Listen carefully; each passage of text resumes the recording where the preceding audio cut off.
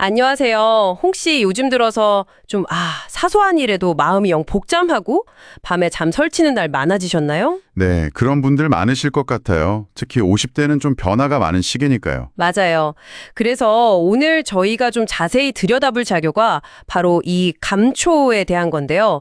이게 당신의 스트레스 관리에 도움이 될 수도 있다는 정보입니다. 아, 그 약방의 감초요. 워낙 유명하죠. 네, 바로 그 감초요. 근데 이게 정말 소문처럼 마음을 다스리는 데 효과가 있는지, 또 혹시 우리가 모르는 주의할 점은 없는지 좀 깊게 파헤쳐 보려고 합니다. 네, 좋습니다. 효능만큼이나 주의점도 명확히 알아야 하니까요. 그렇죠. 당신의 건강한 선택을 위한 정확한 정보, 지금부터 같이 한번 자세히 알아보시죠. 자, 그럼 먼저 감초가 스트레스 완화에 어떤 뭐랄까 긍정적인 역할을 할 수 있는지 핵심 효능부터 좀 짚어볼까요? 네, 자료를 보면 그 핵심 성분, 글리시리진이라는 게 있잖아요. 네네, 들어본 것 같아요. 이게 그 스트레스 호르몬, 코르티솔 분비를 좀 조절하는 데 도움을 준다고 나와요. 아하, 코르티솔 조절이요. 그럼 그게 직접적으로 스트레스 반응을 좀 그렇죠.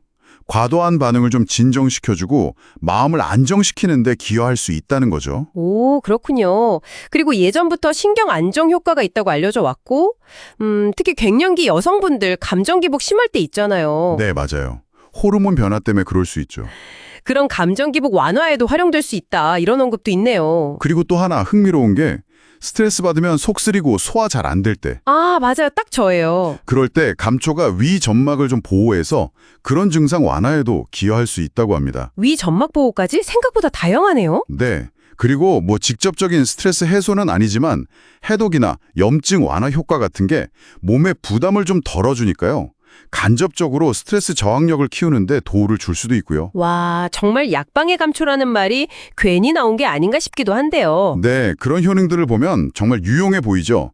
근데 바로 여기서 이 자료가 정말 중요하게 경고하는 지점이 딱 나옵니다. 경고요? 어떤 거죠? 바로 그 효능을 내는 성분, 특히 말씀드린 글리시리진 때문에 생길 수 있는 꽤 심각한 부작용 위험성입니다. 부작용이요? 감초가 그렇게 위험할 수도 있나요? 네, 그래서 위알도스테론증이라는 걸 가장 주의해야 한다고 강조하고 있어요. 이름이 좀 어렵죠? 위알도, 네, 어렵네요. 그게 뭔가요? 쉽게 말하면 우리 몸이 특정 호르몬, 그 알도스테론이라는 게 과도하게 많은 것처럼 착각하고 반응하는 상태예요. 몸이 착각을 한다고요? 네, 그래서 나트륨이랑 수분을 몸 밖으로 내보내지 못하고 자꾸 쌓아두게 되는 거죠. 그럼 몸이 붓거나 그런 건가요? 맞습니다. 이게 감초를 장기간, 보통 자료에서는 4주 이상 꾸준히 먹거나 4주요. 생각보다 길지 않은데요? 네, 그렇죠. 혹은 하루에 10g 이상 또는 글리시리진 성분으로 치면 100mg 이상 과량 섭취했을 때 나타날 수 있다는 겁니다. 와, 그럼 구체적인 증상이 부종 말고 또 있나요? 훨씬 조심해야 할 것 같은데요, 이거. 네, 아주 중요해요. 혈압이 눈에 띄게 올라가고요. 말씀하신 부종도 생기고 또 혈액 속 칼륨 수치가 낮아져서 이게 근력이 약해지거나 막 엄청 피곤하고 두통 같은 게 나타날 수 있습니다. 혈압 상승에 근력 약화까지. 그래서 이미 고혈압이나 심장질환, 신장질환 있으신 분들은 감초 섭취를 정말 신중하게 생각하시거나 아예 피해야 하고요. 고위 엄군이 확실히 있군요. 네, 임산부나 수유 중인 분들도 당연히 안 되고요. 핵심은 이거예요. 감초가 그냥 차로 마시는 허브가 아니라 양리작용을 가진 약재라는 거. 이걸 꼭 기억해야 합니다. 듣고 보니 정말 약처럼 다뤄야 하는 거군요. 효능만 보고 그냥 막 차로 마시고 그러면 절대 안 되겠네요. 절대 안 되죠. 그럼 혹시라도 정말 필요해서 감초를 써야 한다면 좀 안전하게 접근할 방법은 없을까요? 그래서 자료에서도 계속 강조하는 게 바로 전문가 상담입니다.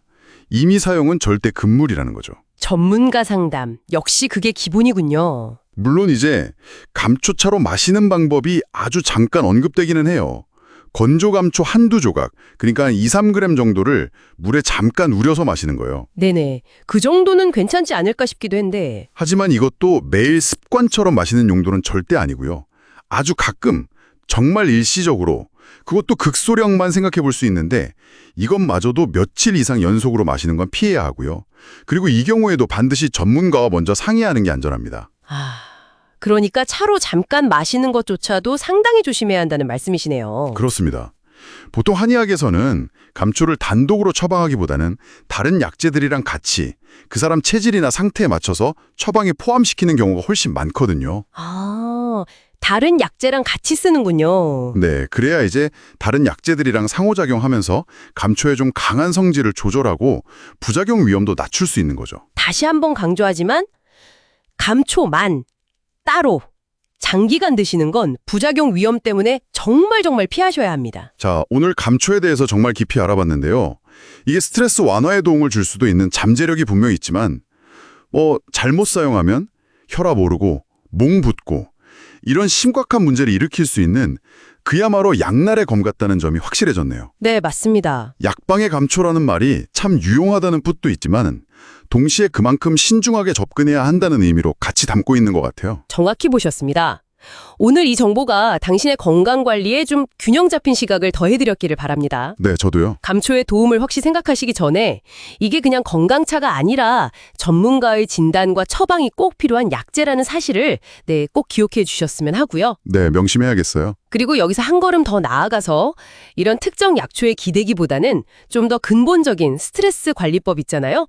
예를 들면 꾸준히 운동을 한다거나 식단을 건강하게 챙기거나 잠을 푹 잔다거나 아니면 마음 챙김 명상 같은 거요. 아, 생활 습관 개선이요? 네, 그런 것들을 같이 고민해 보는 건 어떨까? 이런 생각도 해봅니다. 어쩌면 이 자료가 우리한테 던지는 더 본질적인 질문은 그런 게 아닐까 싶기도 하고요.